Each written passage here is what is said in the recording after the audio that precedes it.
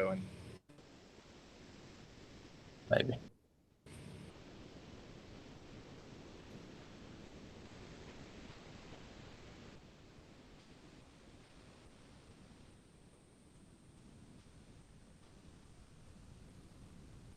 It says recording on mine. What's up, folks? It's Coach Beard back with you for episode 21 of Outside the Lab, our podcast show where we bring on guests 3 times a week to talk about all aspects of baseball and player development. Very excited to have with us tonight a good friend of mine. We go way back to when we were young, played ball together at Bunker Hill High School, played for a year together at Catawba. Now he's doing big things down in the Raleigh area with physical therapy and biomechanics and all sorts of things on that side of player development. So tickled to death to introduce you to Jacob Shepard. Jake, welcome to the show, man. Thank you. So like I said, Jake is a former player, so he's got a background in baseball, played all kind of sports growing up, played football for a little bit, was a big-time wrestler, but really focused in on baseball, had a chance to play for a year down at Catawba, and then went on to further his education. And I'll let him talk about those things here in just a second. But now, like I said, is down at Raleigh with BYoung Physical Therapy Group, doing all kinds of research and evaluations, and really diving into that side, the mechanical and the physics side of the game down at BYoung. So, Jake, just kind of take us through some of your background, your education, how you got hooked up with BYoung, and kind of where you're at today. So, like you said, I started playing baseball when I was real young in high school, college.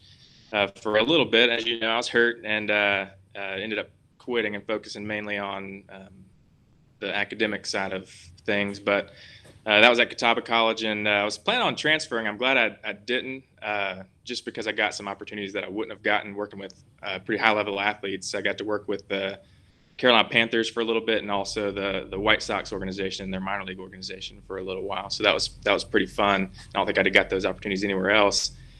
After college, I worked as an athletic trainer a little bit. That's what I got my degree in. So again, with the sports background. And then after I worked for the 5 or 6 months leading into grad school, I got my doctorate of physical therapy at Elon University. Graduated in 2018. My last clinical rotation for school was at BYoung Physical Therapy, and that's how I got involved here. So after I graduated and took my boards, started working here, and I've been here from when I started as a student almost 2 years now. So I've been learning a lot about the clinic and what we do things. So yeah, we're in Apex, North Carolina. It's right in the Raleigh area. So is there anything else you asked about background? I don't think so. No, it's just really cool. I mean, physical therapy and that whole side of things is very broad. Not always sports specific, but it's very cool. How you were able to kind of find a niche in the baseball area, which is kind of what you have a passion for. So kind of how all that came about was just pretty cool and neat. So if you want to expound on that, you can. If not, we'll move on. I got super lucky picking my clinical. I was looking for something sports medicine. At first, I saw Duke Sports. That's a huge name around here, Duke Sports Medicine. If you want to do sports PT, that's where you go first, right? But then I knew it was going to be pretty competitive getting in there just because it's a well-known place.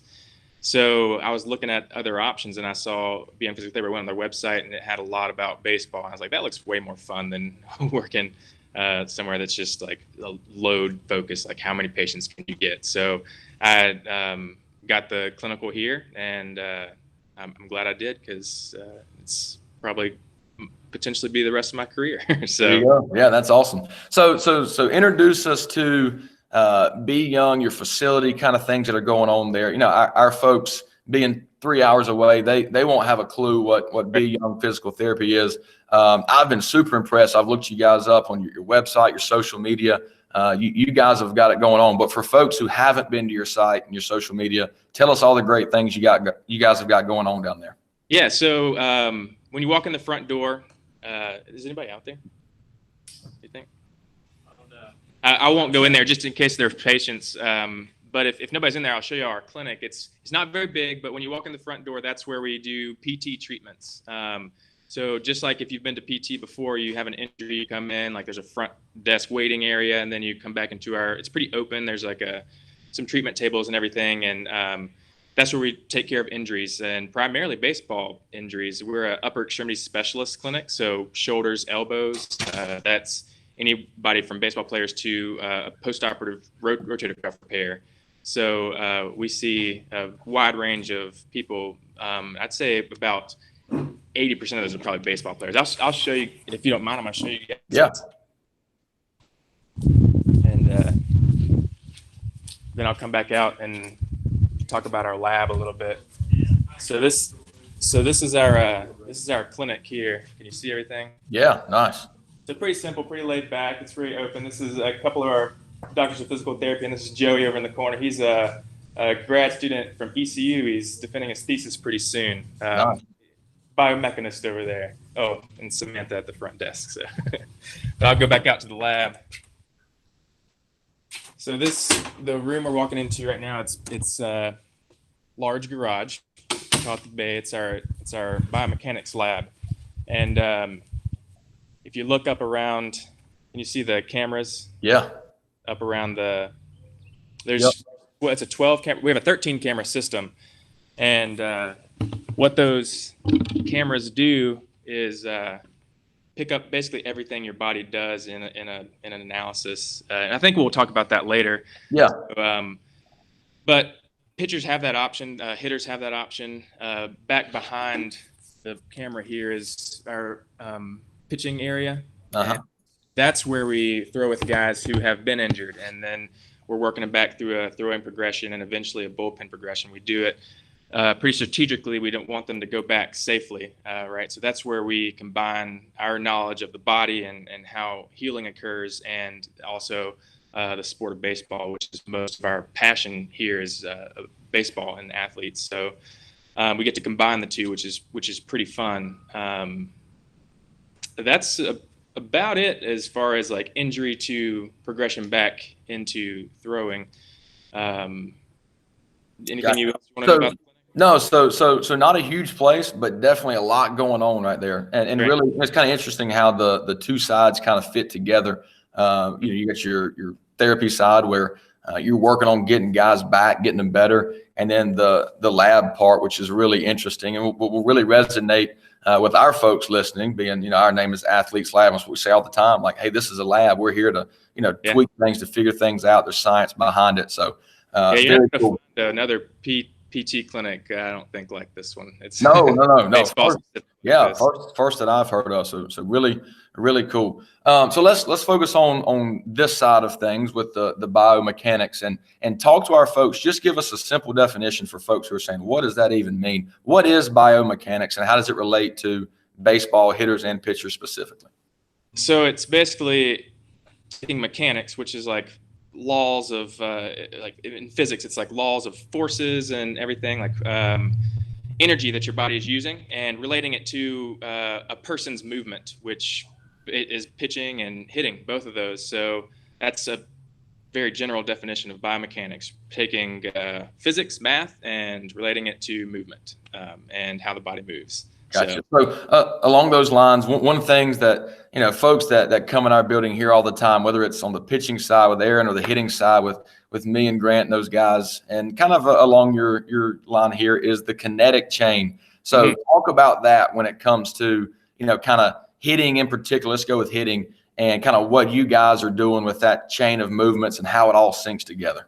Yeah. So both of those are take into account kinetic sequencing, which all starts with some type of potential energy, which you stored energy in your body.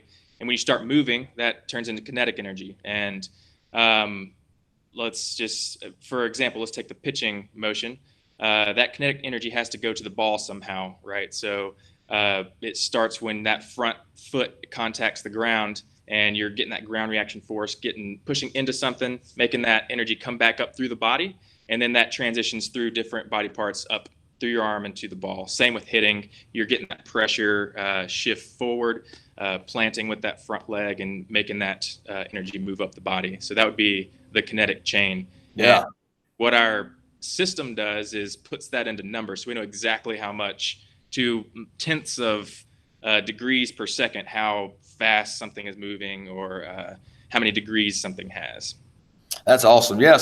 And this whole idea of biomechanics and really studying how the body moves and the efficiency of the body, this is relatively new. Thinking back, people weren't always looking at this, but now it seems to be really big at the collegiate and professional level and seems to kind of be trickling down. So, kind of talk about the evolution of maybe where it started, when it first came about, and kind of where it's at now, maybe even where it's headed. As far as where a system like this or biomechanics started, I might defer that to you, Brandon. Do you know more about where the idea of numbers came into account for pitching and hitting? Yes. So do you want to be in here? Well, I mean, they can hear me. No, okay. That's okay. I think that like anything, the first step is to measure. So before we build a house, we're going to measure the land, right? Before we build a road, we're going to do the land survey. And so everything you want to improve starts with a measurement. You want to improve an athlete, you measure his range, you measure his explosiveness. We have functional movement screens and all these baselines. So everything starts with an objective measure. And the way my mind works, if we're going to improve a pitcher's movement patterns, first of all, we have to measure them to know how fast they move, what's the degree, what's the timing at which they move. And the only way that can be done is to get the accurate data. Sure. And so is this system occurring at the professional level? And it is. So now, the wave of biomechanics is hitting hard. The Brewers have a system. The Giants just got a system. The Rangers got a system. And when I say a system, it's a 3D motion capture. Wake Forest has put one in. Georgia Tech. Wake is the one. Yeah, that's the one who folks kind of, our area, we're just an hour from Winston. Folks are familiar with what Coach Walters is doing there at Wake and their pitching lab and the things they've got going on. So, like I said, we kind of see it trickling down, which is interesting. It used to be nobody had heard of biomechanics, and I didn't know what biomechanics was when I was. We had that when we were playing, right? Yeah, just go to the weight room and try to get stronger and go hit. But the science behind it, and like you're talking about measuring and having something tangible that I can now formulate a plan to go to work on, that's what's important. Yeah. And I think what makes us unique with that, just another second of your time, is we've been doing it longer than anyone in this area by a great margin. And Winston's, I think they have our system, right? So Wake Forest, pathway. Wake Forest, their initial system was a different mocap system. They ended up switching to the same system we have. And I think they're at a year or two. I don't want to misspeak on their behalf. We've been able to collaborate with them. It's been a good relationship with Wake Forest. We are a little bit different in terms the way we view the athlete. The purpose of doing the 3D analysis, I think, is a different motive. Mm-hmm. They're very research based. They're helping their guys a ton. Their guys are doing very well with their 3D system. It's taken other colleges have taken notice that their results have been certainly improving since having that 3D system. So they're discovering the power of that. If you don't mind, let me stop you for a second. Talk about those motives. I mean, people were thinking, why would I come from the Hickory area 3 hours away to Apex to get an evaluation, whether I'm a pitcher or a hitter? Like, what's the motive behind that? What value are folks going to receive whenever they come to your lab? That's a great question. So when you get evaluated, we're going to take the data we've had over 5 years from a range of guys that throw anywhere from 80 miles an hour to 100 miles per hour. And through that experience with looking at the 3D data, we're going to be able to see where you're leaking this kinetic energy that Jacob talked about. Where is the kinetic sequence broken? And we become very much experts at finding where the leak is. And when we find the leak, then we can prescribe the exercises to help. So we give the athlete exercises that they should be doing on their own. And beyond that, we prescribe movement patterns that will help also patched that leak, and the results have been outstanding. I'd say 99+% go up in velocity. So I think having like as physical therapists, we have a little bit of background on both. We have to learn a lot of physics in PT in PT school, just because we have to know how the body reacts to certain loads, so knowing those things gives us a little bit of a different perspective on a system like this. Awesome. So tell me about the time gap there. I mean, folks aren't coming to you once a week, right? I mean, they're coming to get their evaluation. You guys prescribe, this is what you need to do. Now go to work. What's that time length like? Thanks, guys. Yeah. So once we do a 3D evaluation, that doesn't happen weekly, right? So that's where is the problem, and we have a plan on that. It's individualized plan. Like, it's not cookie cutter, like this is going to be for all hitters. They need to do this, which some stuff is for a lot of hitters, Sure. But it's very individualized. And after we get that plan, we come up with a plan that would be best for them. So if they're not going to get the work done, they need to be in here more often so we can get that work done, right? So typically people come in once a week or so to work on the stuff that they're supposed to be working on, right? For someone I actually saw this morning, I did his 3D review for hitting. He's going to come in twice a week, right? Or once every other week right now. So you guys are available for folks to come get their work in at your facility, not just to be evaluated. Oh, very cool. Cool. For hitting, it's a little different because we have the ability to train you after the 3D, but we do want to work with hitting coaches and say like, hey, if you have an athlete that's stalling right now, we'll do a 3D, we'll do the review with you.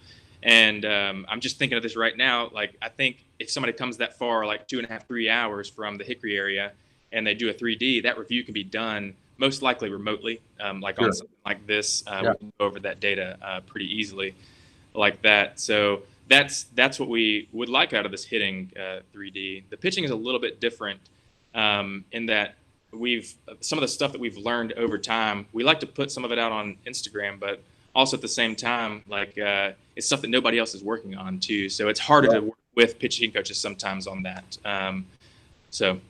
Right. So give me an idea of what that looks like. So I decide, hey, I'm all in. I'm coming down to Apex. I'm headed to BYoung with Jake Shepard, lead hitting biomechanist for an evaluation. When I step in the door, take me through that, however long process that is, kind of what we're going to do that day. Yeah. So you'll get some, instructions before you get here on like what you need to wear and stuff. If you've seen on Instagram, the 3Ds are done in your sliders. So those markers, if they were on clothes, they can move, so it's less accurate.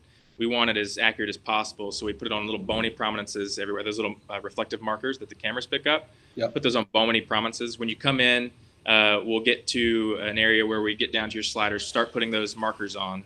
And then we'll have to calibrate the system beforehand, and then we'll start. You warm up, either hitting or pitching. You warm up some, and then as much as you need, and then we'll go through trials. For hitting, I like to do 10 to 15.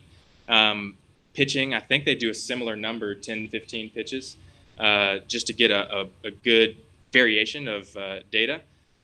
So if we have an 80-mile-an-hour pitch and then an 89, that's really good data because you can see how they improve that velocity. You can see where their kinematic sequence maybe could have been different in that faster pitch. So like, as I'll get back to doing the trials, you do trials, and then after your trials are done, if there's some stretching or something that we think would be appropriate for you, we'll give you those stretches at the time, and we'll touch a little bit on this stretching later when we talk about research. And you'll go home and we'll crunch the data and we'll have a review set up at that time. It depends on your schedule when we can get that done and get you back in or go over that data. Like the guy that I just did this morning, it was a week and I got his data back to him.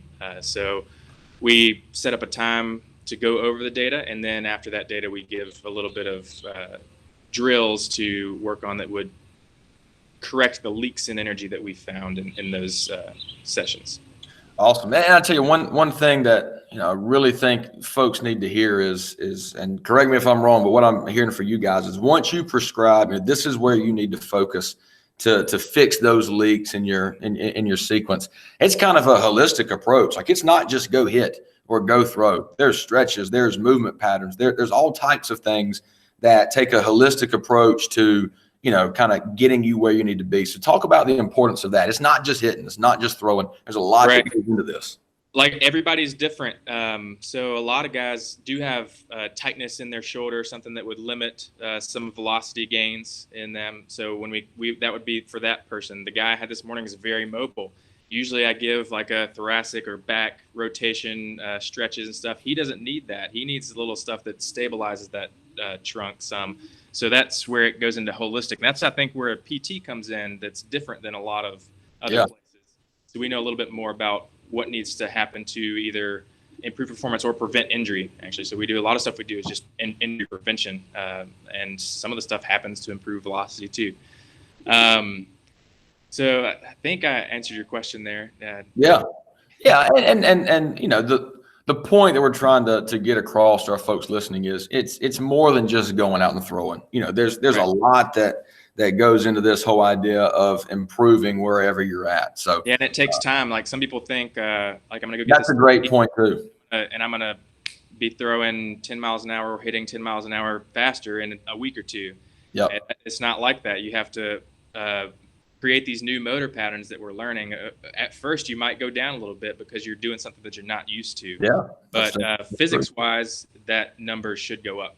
Your velocity should go up. Make sure you guys hear that, folks listening. Jake Shepard does not have a magic wand. It takes time. It takes work. So definitely. Let's talk about this. So, you guys, you talking about, doctorate degrees, and you guys are really invested into the educational side of it and continual growth, continual learning. So talk about what are you guys researching right now? What are you looking at? So we have a few different things that we are kind of ongoing. One is just the lab. So all these numbers that we're gathering, we have those and we're tracking those, and like, what's normal for a person, we'll know that because we have all these numbers, and we can relate those to other things. Like, if you have this and this, is it going to make you throw harder? That's like a biomechanics research that is ongoing. Another thing is we've been over the last a year and a half, maybe, we've started looking at how pitchers warm up and how much is enough. Like, when are you loose? When are you ready to go? And it's looking like it's very, individual based. Like, people feel different things, but we're also taking into account, like, how many injuries have you had? And as if all these guys who do a certain stretch, are they getting injured more? Or all these guys that are using weighted balls, are they getting injured more? Or anybody who's doing like a dynamic warm-up, are they getting injured less? We want to see that so we can help other people or people in the future. If they have a question on warming up, we can tell them the best way to warm up and educate a little better.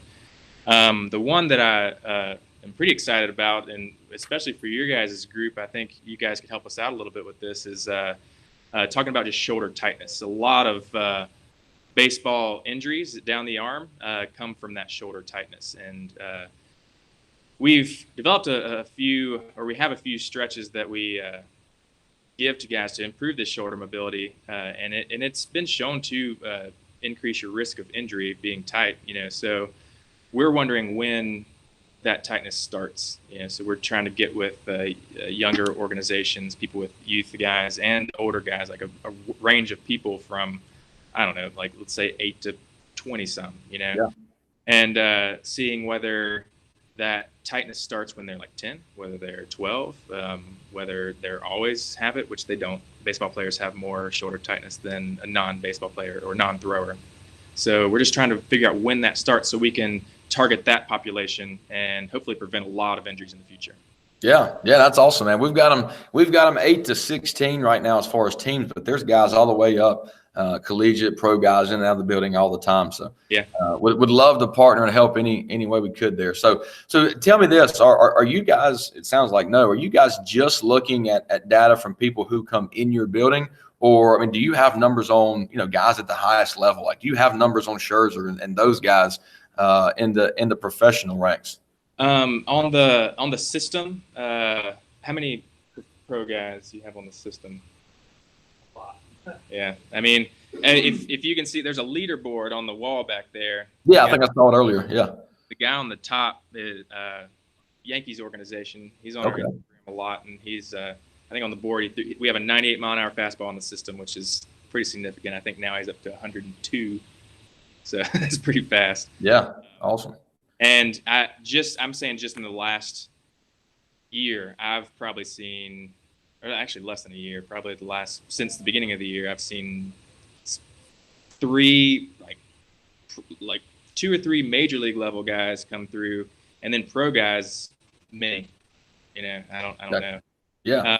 So how does that work? Is that all individual based? Like, is that individuals are coming there? I mean, you guys are right in the middle. You got the USA training complex sitting far away in Cary. You got a ton of ACC and D1 baseball right there. Are you guys partnering with those folks, or is it just kind of individual?